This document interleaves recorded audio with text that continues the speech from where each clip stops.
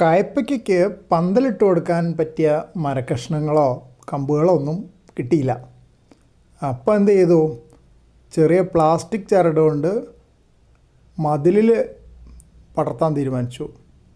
മതിലിൽ നീളത്തിലങ്ങ് പ്ലാസ്റ്റിക് ചരട് കെട്ടിവെച്ചു, ഓരോ ആണി അടിച്ചിട്ട്.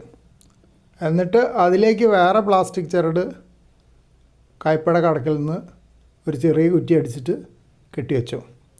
അപ്പോൾ കയ്പകളൊക്കെ നന്നായിട്ട് പടർന്നുണ്ടായി, കായ്ക്കുകയും ചെയ്തു. പിന്നെ ഞാൻ സാധാരണ ചെയ്യാറ്, പൂ വിരിഞ്ഞ് കായ ഉണ്ടാവാൻ തുടങ്ങിക്കഴിഞ്ഞാൽ ഉടനെ കവറിടും, അല്ലെങ്കിൽ പുഴു തിന്ന് തീർക്കും.